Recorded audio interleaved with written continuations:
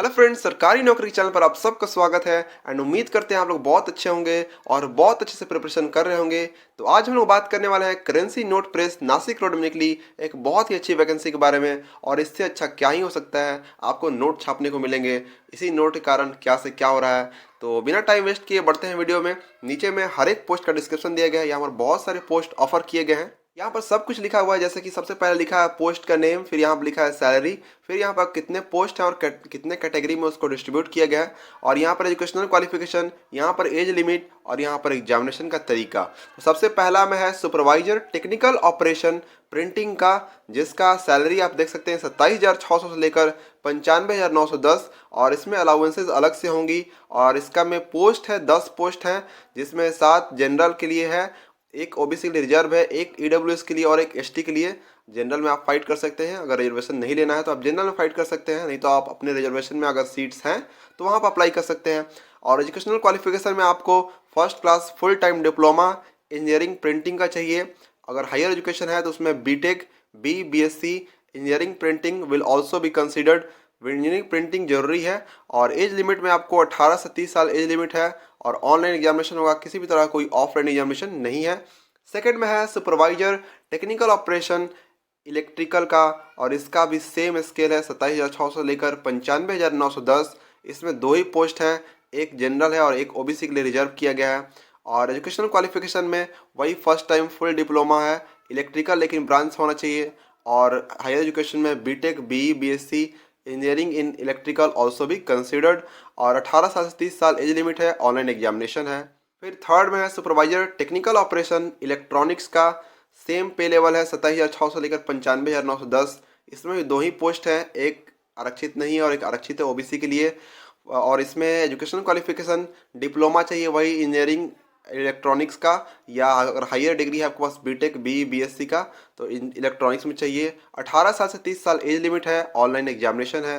Fourth में है supervisor technical operation mechanical का, सेम पे लेवल, 2 पोस्ट, एक अनारक्षित एक आरक्षित ओबीसी के लिए। और डिप्लोमा चाहिए आपको मैकेनिकल ब्रांच से, या अगर हायर डिग्री है तो काम चलेगा और मैकेनिकल है तो और अच्छा। और 18 साल से 30 साल एज लिमिट चाहिए, और ऑनलाइन एग्जामिनेशन है। फिफ्थ में आपको supervisor technical operation air conditioning है, सेम पे लेवल का, और इसमें मात्र 1 पोस्ट है और कोई भी आरक्षण नहीं है। और यहाँ पर आपको एजुकेशनल क्वालिफिकेशन में एयर कंडीशनिंग का डिप्लोमा कोर्स चाहिए या बीटेक का कोर्स है तो भी सही है। और 18 से 30 साल एज लिमिट है, ऑनलाइन एप्लीकेशन ही एग्जाम है आपका, ऑफलाइन नहीं है। फिर 6 नंबर पर है सुपरवाइजर इन्वायरमेंट का, सेम पे लेवल, इसमें भी 1 पोस्ट है, और आपको इन्वायरमेंट से डिप्लोमा चाहिए या बीटेक डिग्री है तो और अच्छा। 18 साल से 30 साल आपका एज लिमिट होना चाहिए, ऑनलाइन एग्जामिनेशन है। और लास्ट 2 पोस्ट बचे हैं सुपरवाइजर इंफॉर्मेशन टेक्नोलॉजी का, सेम पे लेवल, 4 पोस्ट हैं, जिसमें से 1 आरक्षित है और 3 सबको इसमें अप्लीकेशन कर सकता है। और वही टेक्नोलॉजी कंप्यूटर साइंस से आपको डिप्लोमा चाहिए या बीटेक का डिग्री, एज लिमिट 18 से 30 साल और ऑनलाइन एग्जामिनेशन। और 8 नंबर पर है जूनियर टेक्नीशियन का प्रिंटिंग या कंट्रोल, और इसका पे लेवल थोड़ा कम है, 18,780 से लेकर 67,390, अलाउंसेस अलग से होंगी। और टोटल पोस्ट इसमें ज़्यादा है, 103 पोस्ट हैं, जिसमें से ओबीसी के लिए 28, ईडब्ल्यूएस के लिए 10, एससी के लिए 15 और एसटी के लिए 7, बाकी जनरल के लिए है। और एजुकेशनल क्वालिफिकेशन में आपको full time ITI recognised from NCVT या एससीवीटी प्रिंटिंग ट्रेड से, जैसे कि machine mender, letter press machine mender, offset printing, plate making, electroplating, full time ITI plate maker, या आपको full time diploma in printing technology किसी government institution से होना चाहिए, तभी आप अप्लाई कर सकते हैं। और इसका एज लिमिट है 18 से 25 साल मात्र, और इसमें भी ऑनलाइन एग्जामिनेशन होगा। और जो भी कैंडिडेट्स ईडब्ल्यूएस सेक्शन से बिलोंग करेंगे उसके लिए लास्ट में यहाँ पर एनेक्स्चर 1 में एक सर्टिफिकेट ऐड किया गया है, जो वही सर्टिफिकेट को फिलअप कराकर उसको वैलिड कराकर उसको सबमिट करना पड़ेगा, तभी आपको ईडब्ल्यूएस का मान्यता मिलेगा, अन्यथा नहीं मिलेगा। और जो लोग एससी, एसटी एंड ओबीसी या फिजिकली हैंडीकैप्ड के कैंडिडेट्स हैं, उन्हें अपना सर्टिफिकेट बनवाना पड़ेगा। सर्टिफिकेट जो है last date of closing application का है, उससे 6 मंथ पहले तक ही चलेगा, 1 साल पुराना हो तो नहीं चलेगा। इसलिए आप लोग जल्द से जल्द अपना सर्टिफिकेट बनवा लें, उस टाइम आपको ज़रूरत पड़ेगा।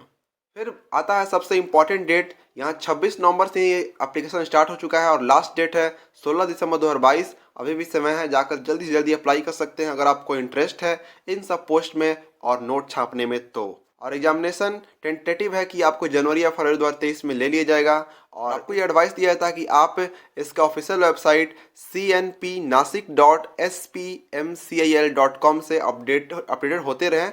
वैसे तो आपको मोबाइल नंबर या ईमेल पर भी मैसेज जा सकता है, या नहीं तो हम भी आपको अपडेट कर देंगे। ऐसा अगर आपको पास टाइम हो तो आप इस लिंक पर क्लिक करके अपडेट हो सकते हैं।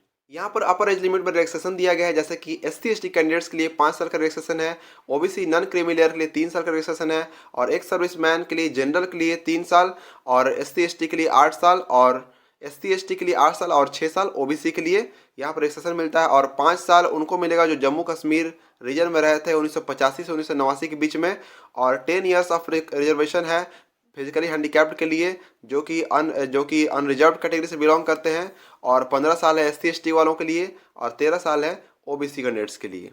अब सबसे महत्वपूर्ण, पैसे छापने से पहले पैसे देने की बारी आती है। तो सबसे पहला यहाँ पर 600 रुपये आपको नॉन रिफंडेबल फीस जमा करना पड़ेगा फॉर्म अप्लाई करने के लिए। वो जमा करेंगे जनरल, EWS और OBC कैटेगरी के कैंडिडेट्स।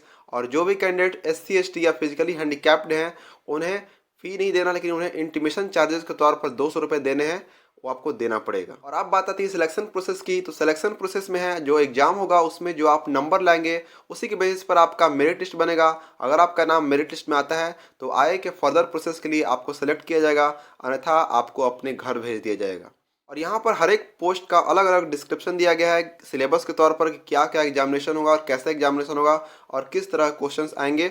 सबसे पहले यहाँ पर सुपरवाइजर प्रिंटिंग का है, जिसमें आपको आपके प्रोफेशनल नॉलेज जो है रिस्पेक्टिव ट्रेड का प्रिंटिंग, उससे आपको 40 क्वेश्चन आएंगे, वो भी 40 मार्क्स के, जिसका ड्यूरेशन होगा 25 मिनट। और उसके बाद बाकी general awareness, GK, English, reasoning और मैथ से आपको 40 क्वेश्चन, टोटल मिला के 200 क्वेश्चन होंगे 200 नंबर्स के। और आपको इसको सॉल्व करने के लिए मिलेंगे 2 घंटे।